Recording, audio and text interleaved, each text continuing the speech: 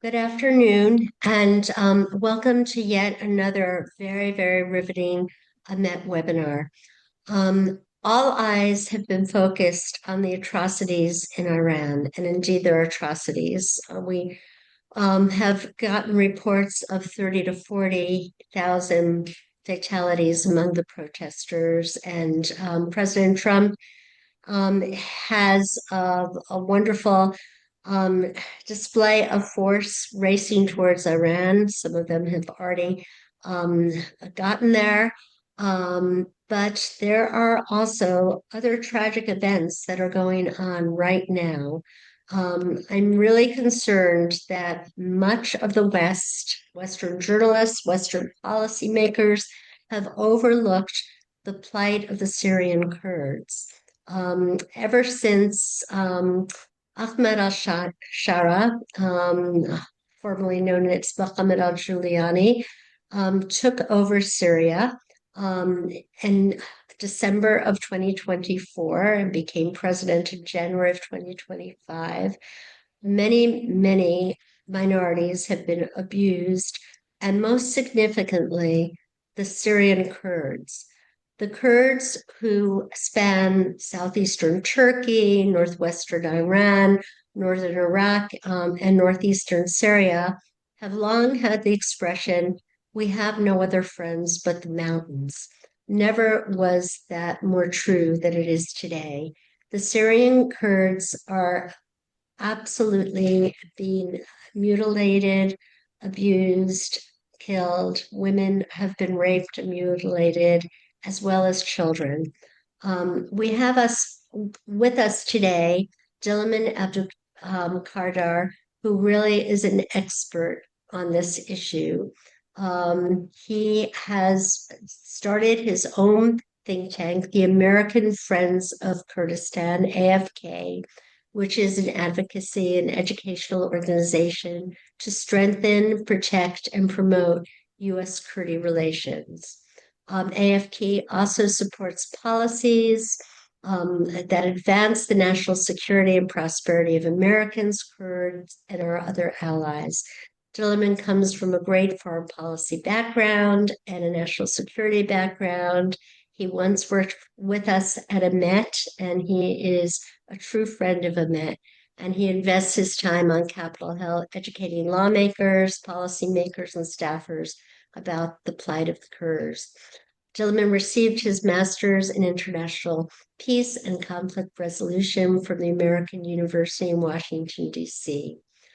Diliman, can you explain what is really happening to the Syrian Kurds today? Well, thank you, Sarah, for having me, and thank you, EMET, for hosting this very timely event. As you said, the Kurds have a saying, "No friends but the mountains," but EMET has always been a true friend of the Kurds for a long time, so we truly appreciate that. You explained it very well in the beginning, Sarah. This has been as far as the Kurds in Syria, it's been a total abandonment of the Kurdish people in Syria. And, this is the continuation of the countless betrayals that we've seen throughout the history of the Kurdish people by the West. And, what we've seen, and we've worked together for a while, Sarah, you and I, we've discussed this for nearly a decade now. We've seen countless conflicts that target the Kurds in northeast Syria, and it's all promoted and advanced by Turkey. We've seen northwest Syria, predominantly Kurdish region in 2018, and Afrin, occupied by Turkey with a Russian green light. We all remember that. It's still occupied by Turkey to this day. We've seen in 2019 the incursion by the Turkish military forces, which occupy 30 kilometers into northeast Syria, dividing historical Kurdish land, continues to be occupied by Turkish-backed Islamists and Turkish forces to this day. What 2019 couldn't have achieved, Erdogan, the president of Turkey, made sure to have achieved it this time around. Fast forward to 2026. So the call for U.S. troop withdrawal, the dismantling of the autonomous region that the Kurds have created since 2019, the ethnic and religious protection of ethnic and religious minorities in the country. Everything that we've seen, stability, security, protection of churches, protection of Yazidi minorities, women and children, you name it, that has been totally dismantled by within the past few weeks. That northeast Syria that we've discussed for a long time, that existed, that we promoted on Capitol Hill, that the Kurds, but alongside Christians, alongside Yazidis, Armenians, and the makeup of the diverse makeup of the country, including American service members that fight alongside the Kurds, no longer exists. So now the Kurds have, within the past few weeks, within basically the entire month of January, with the green light of, unfortunately, U.S. Ambassador to Turkey and Special Envoy to Syria, Tom Barrack, we've seen Turkey been given the green light to advance its military incursions to dismantle the autonomous region of northeast Syria through Turkey, through Damascus, through Julani. That's been the case. We know Julani's track record. We know Julani's history. It's very clear that he's an ISIS member. He's an al-Qaeda member, and I wouldn't even say former. The so-called Syrian army today is composed of radical Islamists that threaten whoever is not a radical Islamist, basically. So the intention is to basically revive ISIS. And unfortunately, what we've seen in the past few weeks is the revival of ISIS. We've seen the Kurds push back all the way to the Hasaka province in the northern region of Syria, predominantly Kurdish regions. But also we've seen ISIS prison camps being overwhelmed and attacked by the Julani forces, by the Julani, the radical Islamists. They have been freed. So they're running rampant across the country. They're, as you mentioned in the introduction, they're attacking women. They're attacking minorities. They're attacking children. They're chopping heads off. They're throwing women off buildings. You name it. They're cutting off the braids of the Kurdish fighters, the hairs of the Kurdish fighters, just as they were shaving off the mustaches and beards of the Jews in the south. Right. This is radical Islamism. This time it's different. This time it has been given permission to exist. The war on ISIS, where the West aligned with the Kurds and took on ISIS, the Kurds lost 15,000 plus lives. This is the opposite of that. And now ISIS and al-Qaeda and radical Islamists have a state. It's called Syria. It's been given large sums of money in the billions of dollars by the West. It's been given by the European Union, including. It's been given the political and military backing and funding by Middle East states, by Saudi Arabia, by Qatar, by other countries in the region, by Turkey, of course. And unfortunately, the Kurds have been given the short end of the stick again. Yeah, the Kurds have never won. They certainly didn't win when Sykes and Picot were carving up the map of the Middle East. And now, of course, so what do you have any conception of how many fatalities there have been among the Kurds? Is it hard to get out? Yeah, I mean, that number is very difficult because it's an active conflict currently. As we're speaking, the radical Islamists led by Turkey and Damascus are currently striking the Kurdish areas. So the so-called agreement was there's supposed to be a ceasefire, there's supposed to be a halting of conflict. The guarantor is supposed to be Tom Barrack in the United States, but we see that Tom Barrack is pressuring the Kurds on one end while allowing this conflict to continue and cause a further humanitarian crisis. What we know on the ground is that there's been a lot of fatalities, but there's also been a huge, a couple 100,000 of Kurds that are forced to leave their homes because they are no longer protected because the fear is that the Islamists will come and and just slaughter them, basically. So now we've seen a huge migration and a demographic change conducted by Damascus. Where are they going? Where are the Kurds fleeing They're to? forced to go further north to the Kurdish region. For example, in Aleppo, we have seen, this is where the conflict started in Aleppo, where the two neighborhoods of Sheikh Maqsood and Ashrafiyah.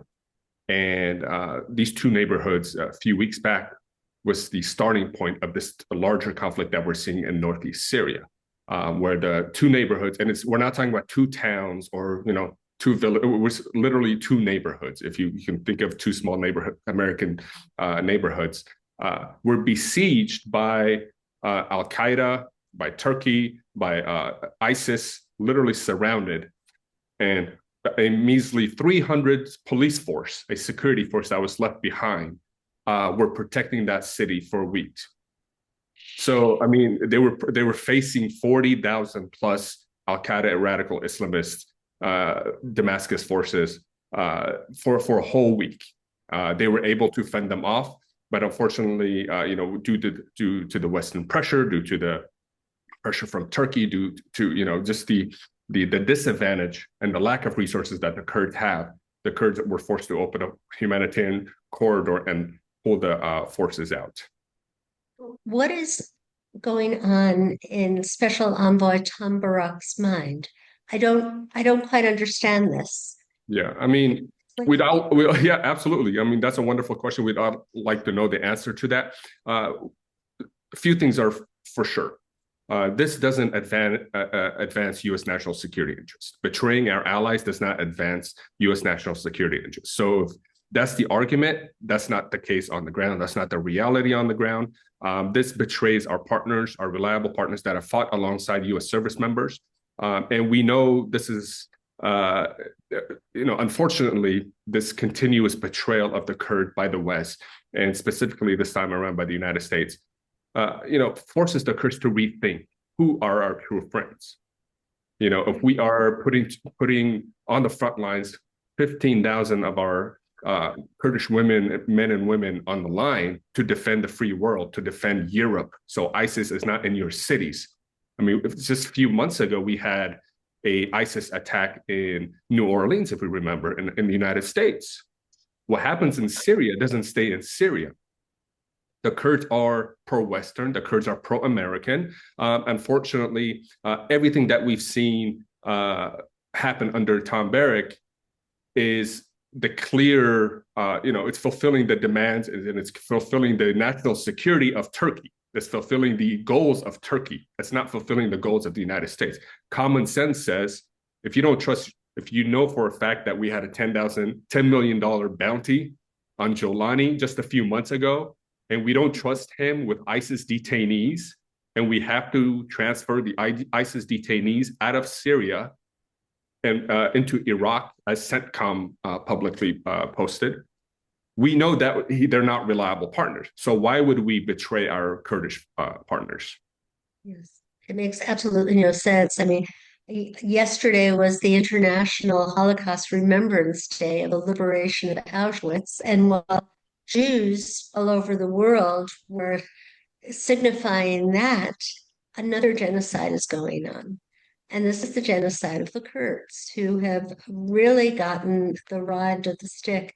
Can you tell us a little bit more about what's happened with women? So many of the women have been disappeared from Kurdish areas. Absolutely. I mean, Yazidi women, those who suffered, Yazidi women and girls, where thousands to this day are missing, by the way.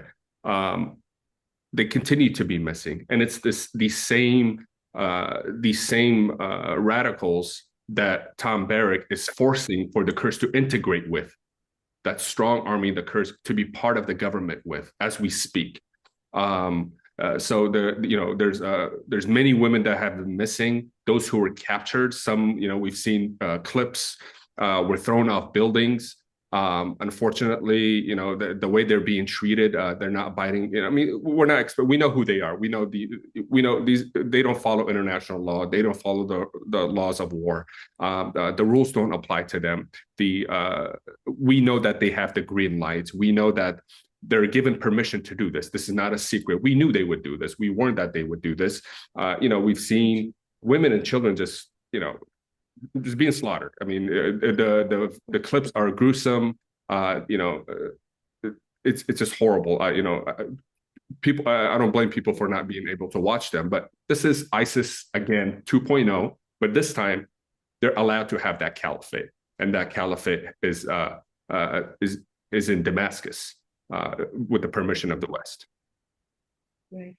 Can we, at this point, just show the clip that the Israeli government showed about what's going on with the Kurds in northeastern Syria? Lily, can you show that? Allahu Akbar! Allahu Akbar! خنزيرة إذا أنا بشرفها. الحمد لله على السلامة يا شباب.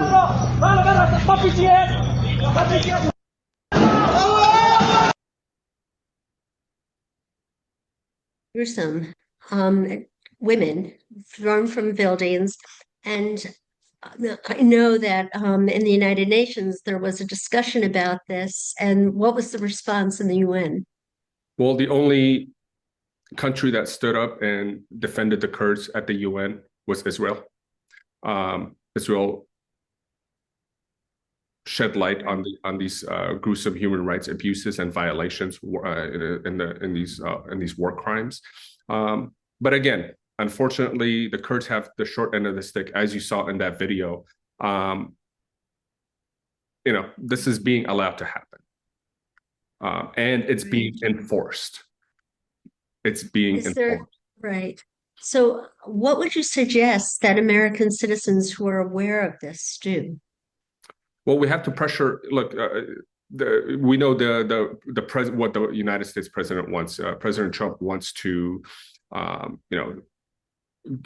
withdraw troops. We all know that he attempted to withdraw troops in 2019, but wasn't able to fulfill that goal. He is now attempting to fulfill that goal in 2026. But he's doing it in a manner where it harms U.S. national security. He's doing it where he's rushing to solidify the legitimization of Julani while betraying our allies. In the process, ISIS detainees that have been kept secure for years by the Kurds have been freed by Julani, and that's why even CENTCOM put that post out saying. They even called on Damascus. They posted this publicly that we call on the Syrian army to not interfere with the ISIS prisoners. That means we still don't trust you, but we're still going to betray our Kurds who kept them safe, and we have to keep these guys out. We have to take these radicals out and transfer them to Iraq, which Iraq hasn't accepted. So now we've created a chaotic situation for ourselves with our own doing. So I urge Americans to reach out to your representatives to put the pressure on that we cannot continue to betray the Kurds on the ground. But it's also betraying our service members that have fought alongside our reliable allies. Forces, right? Yeah. Oh, okay. And what do you know has happened to the children? I know many children have disappeared. Many children have disappeared and many have died. Kobani is one that we haven't talked about. Kobani is the Kurdish town in northeast Syria that borders Turkey. Kobani is where the American Kurdish alliance began. Kobani is the town that resisted ISIS. So if you recall in 2014, with the rise of ISIS, Kobani was totally besieged and surrounded by ISIS on one side and Turkish army on the other. You would think Turkey being part of NATO with NATO principles and democratic values, they would come in and side with the Kurds and help fight ISIS. No. In 2014, Turkish tanks and Turkish soldiers were watching Kobani be attacked, and an invasion happened, live. They were just watching on the hill sitting on their tanks without taking any action, rooting for ISIS. Erdogan publicly stated that Kobani will fall. He was excited. Kobani did not fall, and that's how the U.S. Kurdish alliance in Syria started. Fast forward, This same town today is being attacked again. It's being invaded again. And this is, again, going back to Erdogan. Erdogan is trying to finish the job that he couldn't finish back then, in 2014, in 2018, in 2019, and so on. So I think this is an opportunity for Erdogan to make sure Kobani falls now. But again, they are surrounded. 5 children, if I'm not mistaken, the number may have gone up, but 5 children were frozen to death because the government cut off the electricity. There was no power. There was no access to internet. It was total blackout. And the Kurds, the Kurds were forced to kind of, from the other regions, create a humanitarian corridor for them finally to let in the goods and services that they needed, because this was intentional. They wanted to starve the Kurds. They wanted Kobani to fall. They wanted to make sure that Kobani is isolated from the rest of the Kurdish regions. And this is the military tactic of radical Islamists backed by Turkey. Right. So, who are our policymakers, who are our legislators in the U.S. government that you think are most reliable, who could actually stand up to the administration that are so sympathetic towards Erdogan, Turkey, Tom Barrack? Yeah, I mean, that's a difficult one. Right now, we have the House and Senate is led by Republicans, of course.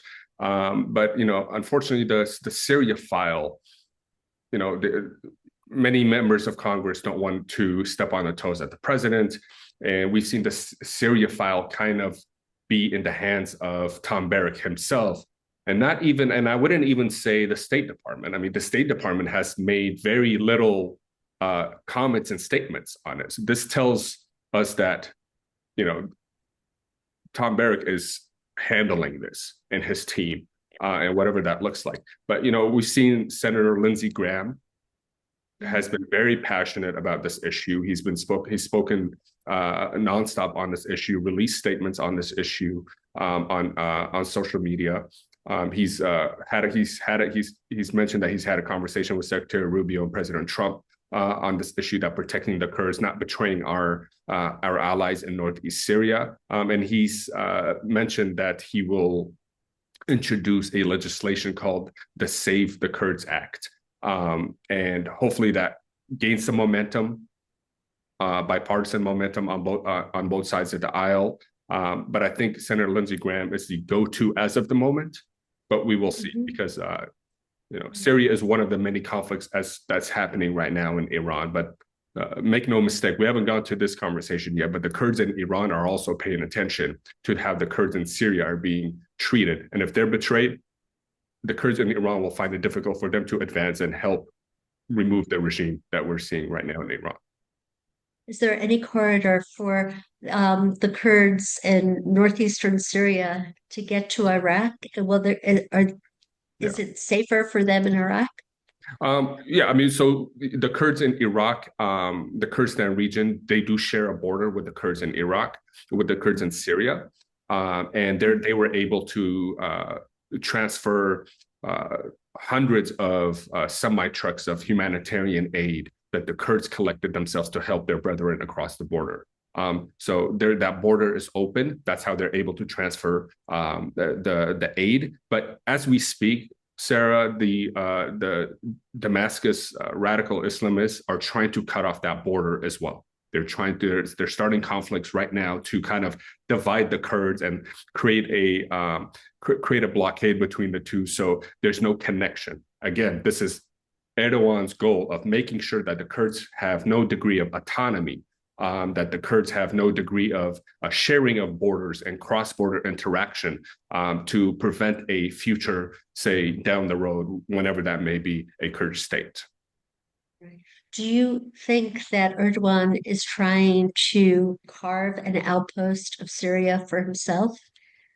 Absolutely. Look, this is Turkey's goal. Turkey's goal is to expand its territory. Historically, Turkey, wherever it goes, it doesn't withdraw. It annexes these territories. It takes it as its own. And Damascus today is is ruled and controlled by Turkey, by Ankara. 1974, Turkey still occupies Cyprus, northern Cyprus. Turkey still occupies Libya. Turkey still occupies parts of Syria. There's no signs that they will withdraw. And the continuous strong arming of the Kurds to put their weapons down, integrate into the so-called Syrian army. How come the demand is not, okay, the first step should be that Turkey should withdraw its troops from Syria outside of its territory. But we do not see that case. Isn't that interesting? So the demand is for the Kurds to put their weapons down, but not for Syria to leave the country that it's not supposed to be in. All right. Lily, could you show the picture of that young man who was being led away? The look of horror on his face. He knew what he was about to face. Dillerman has sent me some videos, and I saw this young man. We have no idea, what awaited him when he was attacked by the Syrian armed forces there. Countless images like that of women as well, and you can, this young man, you can imagine, you can see the patches, the patches on them. This is supposed to be the Syrian army, professional army. The United States Congress lifted the Caesar Sanctions Act on the condition that the radical Islamists would be held accountable, put in prison, or removed from the country. No, this is ISIS 2.0. But with the green light of the West. You can see, they have ISIS patches, they have Turkish patches on them. There's images of women being captured, and the women are just being, abused, being hit, their hair is being pulled, their hair is being cut off, being mocked, being called pigs and traitors and kafirs, right. You name it, Also, all the insults. Yeah, but also being physically assaulted, mutilated, and thrown from the tops of buildings for the sin of being born Kurdish. It's just horrific to imagine in 2026. So this has all been going on. And have you seen any Western journalists cover this? Any press about this? The press has. It's not where it's supposed to be. There's, the Kurds always have to push and pull to get some attention. This is not some distant conflict in Syria that is not going to come to our doorsteps. What happens in Syria will impact Europe. Erdogan has always talked about this in the past era. Erdogan has threatened to flood the gates of Europe with refugees. He's been given the green light to do this, so he doesn't do that. Your EU has given Damascus millions and millions of dollars while the Kurds were being attacked. We see the EU leaders, Ursula, visit Damascus, shaking the hands of al-Julani while they were attacking and invading Aleppo, for example. So it's just European values doesn't seem to exist. International policy. International law doesn't seem to apply. And we'd like to see more journalists speak on this issue because it's an active humanitarian crisis. Right. All right. Let me see if I could go on to some more questions. All right. In the meantime, the Dillerman and the American Friends of Kurdistan really could use your support. Do you have an email address where people can send charitable donations to? Yeah, please. Thank you for that, Sarah. Yeah, just visit AmericanFriendsOfKurdistan.org. We're active in Washington. Visit our website. You can click the donate button. You can feel free to donate through there. And also there's a contact form if you want to reach out, if you have questions, if you have something that might help us advance the cause, we'd be very helpful. Thank you. Right. Okay, I'm looking to see if there are any chats. Okay. I don't see very much but I think it's very, very, would you like to show just another video about how horrific this is? Do you want to pick one from?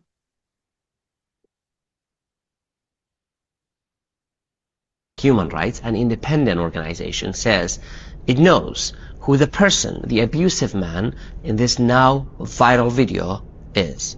The man who appears to be abusing the body of a Kurdish female fighter and throwing it from the high floor of a building in Aleppo. SNHR says the man is a member of the Syrian army and that what he did is a war crime. The Syrian Network for Human Rights says it has verified the authenticity of a video that appears to show Syrian government forces abusing the body of a Kurdish female fighter and throwing it from a high floor of a building in Aleppo. Is the United Nations aware of this footage? I mean, does the Secretary General call for accountability? I've seen these reports. They're extremely disturbing, to say the least. And of course, in all of these cases, there needs to be accountability. We won't see accountability. We're seeing, Julani is in Damascus. Julani is in Moscow today, visiting Putin. He's had meetings with Putin as we speak, and he's been further, been legitimized. So Julani is ISIS 2.0, and the tactic, the political tactic, the geostrategic tactic might be to use Julani and these Sunni radical Islamists against, for example, the toppling of the Iranian regime and the Shiite proxies in the region. But that's a dangerous game to play. That's a sectarian war that would lead to a all-out chaos across the region. And the Kurds, there's been talks that the Kurds were pressured to play a role in that, but the Kurds refused. That they're not going to be in the middle of a Sunni Shiite war. They're not mercenaries. The Kurds are a legitimate force protecting ethnic and religious minorities.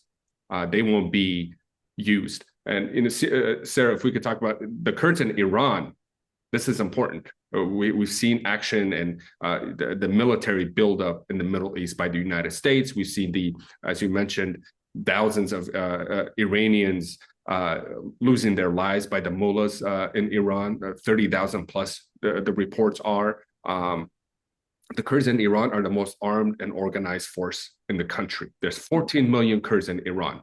Now, how do you think those 14 million Kurds feel today that they see the Kurds in Syria betrayed, right? And then tomorrow, that if the United States asks them, or if the West, or if the EU asks them to help them remove the mullahs, if it gets to that point, help them conduct regime change on the ground, they're going to say, no, we can't trust you. You're going to use us. And then you're going to install another strong dictator inside the country, another person that will call us separatists, another dictator that'll call us terrorists. This is exactly what happened in Syria, and the Kurds no longer feel that they can trust the West. Right. And the irony of ironies is Erdogan, he's actually pro-Moscow. Why is he a member of NATO? This is not the same Turkey that it was, before Erdogan seized control. And we're seeing what he is doing to Syria. It's going to, I'm afraid there's always going to be war there. And just a horrific massacre of the Kurds, who have been our best friends in the fight against ISIS and always been our best friends. So please support the American Friends of Kurdistan. See what you can do. See if you can write your member of Congress, and make sure that Julani has to be stopped. It's just can't go on. It just can't go on. It'll just be another genocide. Thank you so much, gentlemen. Abdul Qadir. It's always been a pleasure, even though it's not such a great topic, but it's always a pleasure to learn from you, to hear from you, and to support our Kurdish friends. Thank you, Sarah. Thank you to everyone at EMET. You're wonderful. Keep up the great work. Thank you.